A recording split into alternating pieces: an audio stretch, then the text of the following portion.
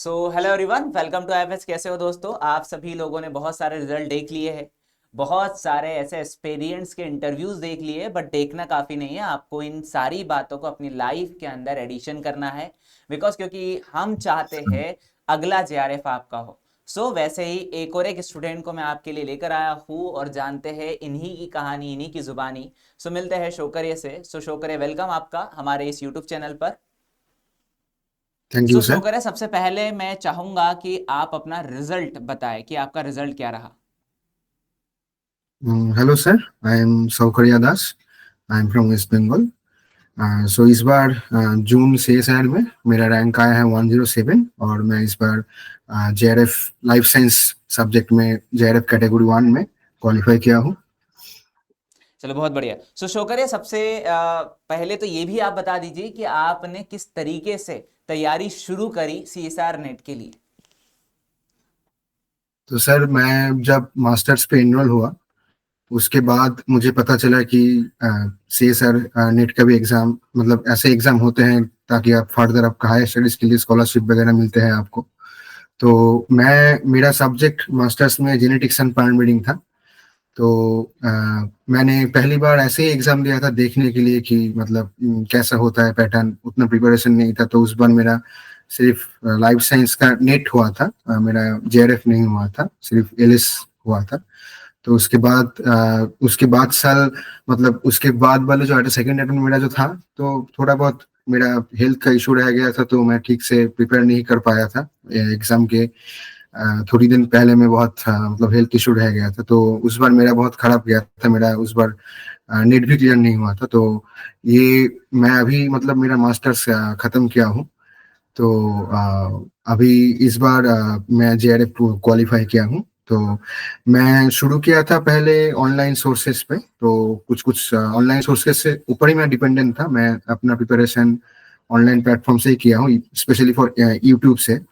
और जो पीआईक्यू वगैरह बुक है, पीआईक्यू बुक जो आईएफएस की आती है, आईएफएस का जो, वो मैंने मेरे पास थी, तो उससे बहुत हेल्प हुई। तो मैं काफी सारे चैनल इकट्ठे करके, मतलब जिस जो भी कंटेंट कहीं पर भी हो वो मैं पढ़ने लगा था। तो और सेल्फ स्टडी करता था। और मैं बेसिकली प्लांट बैकग्राउंड से हूँ। मेरा प्लांट ब्रीडिंग जेनेटिक्स मेरा सब्जेक्ट है। तो मैं कोशिश कर रहा था कि जो जो प्लांट रिलेटेड पोर्शन है, जो जो यूनिट प्लांट रिलेटेड है, मैं वो टारगेट करूँ। तो मैं जनरली बायोकेमिस्ट्री टारगेट किया था, बायोकेमिस्ट्री, प्लांट फिजियोलॉजी। जेनेटिक्स तो मेरा सब्जेक्ट है ही, genetics, molecular biology, then development sorry diversity, ecology, evolution, then methods in biology का कुछ कुछ यूनिट, देन अप्लाइड बायोलॉजी का कुछ कुछ यूनिट, जो जो कुछ भी रिलेटेड जो प्लांट जेनेटिक्स और प्लांट बायोटेक्नोलॉजी, प्लांट बायोकेमिस्ट्री इसके रिलेटेड हो, तो वो मैंने प्रिपेयर किया था। और डेवलपमेंटल बायोलॉजी मैं सिर्फ जो प्लांट डेवलपमेंट वाला पोर्शन था, SAM development, root apical meristem development, सिर्फ ये पोर्शन ही टारगेट किया था। जो एनिमल डेवलपमेंट है वो मैंने स्किप किया था। और एनिमल फिजियोलॉजी जो यूनिट है वो मैंने पूरी तरीके से स्किप किया था, क्योंकि मेरा बैकग्राउंड प्लांट है। तो मैं कोशिश कर रहा था कि जो जो प्लांट रिलेटेड है मैं उसको टारगेट करूं। और प्लांट ब्रीडिंग मेरा सब्जेक्ट था, तो प्लांट ब्रीडिंग से भी 2-3 क्वेश्चन आए थे। 2-3 से ज्यादा थे, 3-4 क्वेश्चन थे। तो वो मेरा बन गए थे मैपिंग पॉपुलेशन में। तो जो थे क्यूटीएल मैपिंग जो थे, वो हम लोग पढ़ते हैं इधर, कोर्स में पढ़ते हैं हम लोग खुद, वो प्रैक्टिकल में भी बहुत करते हैं। तो वो मेरे को बहुत हेल्प कर गई थी।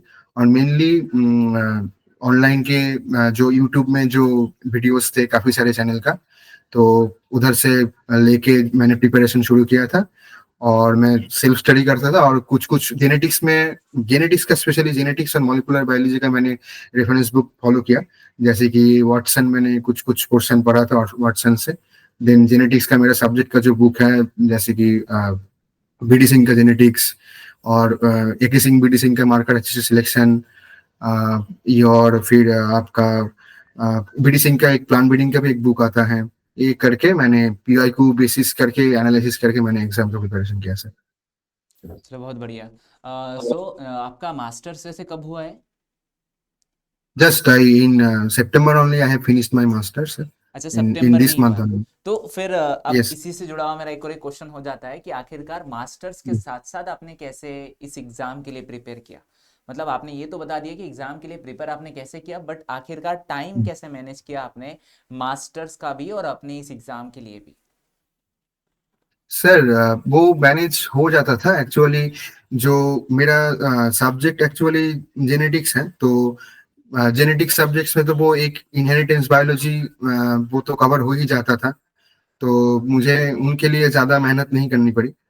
फिर जो मॉलिक्यूलर बायोलॉजी जो है वो भी मेरा ही सब्जेक्ट के अंडर ही आता है, तो उसमें भी मैं ज्यादा एफर्ट नहीं डाल मतलब नहीं डाला। तो पीओआईक्यू सॉल्व किया, और जो जो वीडियोस आते थे कि जो मैपिंग सीरीज वगैरह हो या एलाबोरेट वीडियो जो भी हो, तो मैं वही देख के मैंने प्रिपेयर किया था। फिर सिर्फ मैंने एफर्ट डाला था सर ज्यादा, खास करके प्लांट फिजियोलॉजी जो यूनिट है वो मैं बहुत अच्छी तरीके से प्रिपेयर किया था। तो इस बार शायद एक भी क्वेश्चन नहीं था कि मैंने अटेंड नहीं किया। सारा क्वेश्चन प्लांट फिजियोलॉजी से शायद मैंने एक क्वेश्चन को छोड़कर शायद सही किया था। तो प्लांट फिजियोलॉजी मैंने स्पेशली एफर्ट डाल के किया था।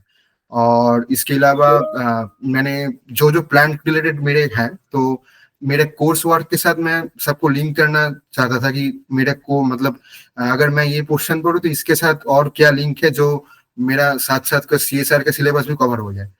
तो मेरा ये टारगेट था कि सबको एक लिंक करके पढूं। तो वैसे करके मेरा टाइम ही मैनेज हो गया। और मेरा जब जो मास्टर्स का मेरा रिसर्च था, वो उसके साथ मैं सीएसआर का खोज रहा था कि कौन से यूनिट, जैसे कि स्टैटिस्टिकल मेथड्स जो आते हैं वो रिसर्च में तो सर बायोलॉजी का रिसर्च हो लगता तो स्टैटिस्टिक्स से है। तो उधर थोड़ा लिंक हो गया।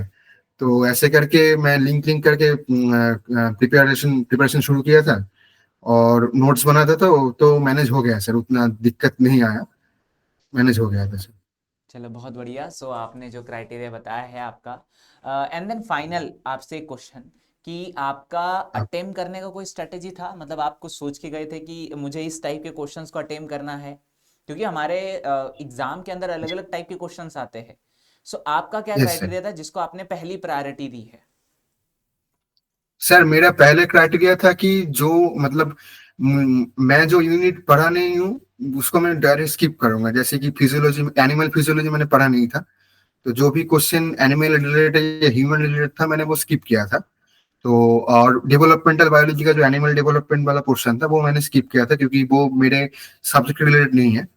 तो मैंने वो स्किप किया था, तो मैं वो पढ़ा भी नहीं था ताकि टाइम बचे, क्योंकि वो 25 क्वेश्चन को हर मतलब 75 क्वेश्चन पूरा आपको पढ़ के ही आपका खुद का क्वेश्चन उसमें मिलता है, पूरा पढ़ना होता है। तो मैं वही कोशिश किया था कि मुझे जो नहीं आता, जैसे कि जो मेथड्स इन बायोलॉजी में भी कुछ कुछ पोर्शन है जो मतलब जो इम्यूनोलॉजिकल टेक्निक्स है, वो मुझे नहीं आता था, मैंने वो कवर नहीं किया था। तो अगर उसके रिलेटेड मैं क्वेश्चन देखता तो मैं डायरेक्ट डायरेक्ट स्किप करता था। जो मैंने यूनिट पढ़ा है, अगर उसी के रिलेटेड कुछ क्वेश्चन आए तो मैं वो पढ़ता था और अटेंड करने की कोशिश कर रहा था।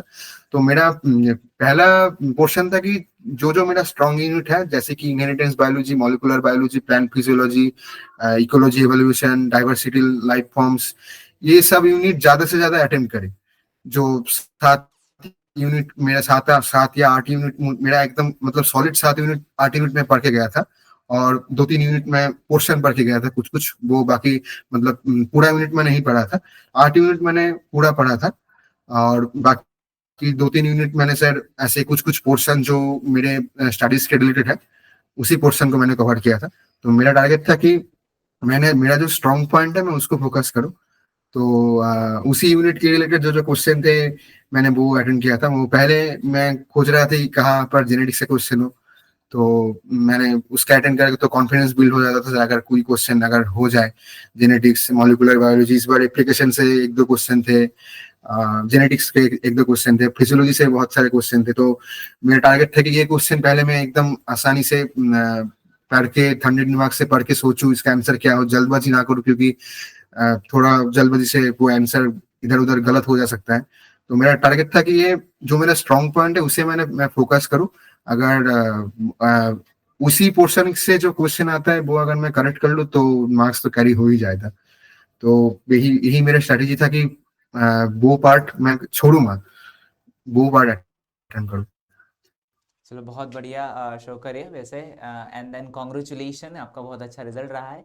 And then thank you for your guidance कि आपने Yes. हमारे सारे स्टूडेंट को एक बहुत अच्छी गाइडेंस दी है। और होप तो कहीं ना कहीं इनके लाइफ में ये पॉजिटिव थिंकिंग ज़रूर आएंगी, जिससे कि अगली बार का एग्ज़ाम इन्हीं का होगा। सो थैंक यू शो करिए। Thank you, sir. Thank you very much for giving me this platform to share my views. So I hope in future also I can get some help from your YouTube platform. Keep posting such videos. Your free lecture series definitely will help the future students also. So thank you, sir, again. Okay.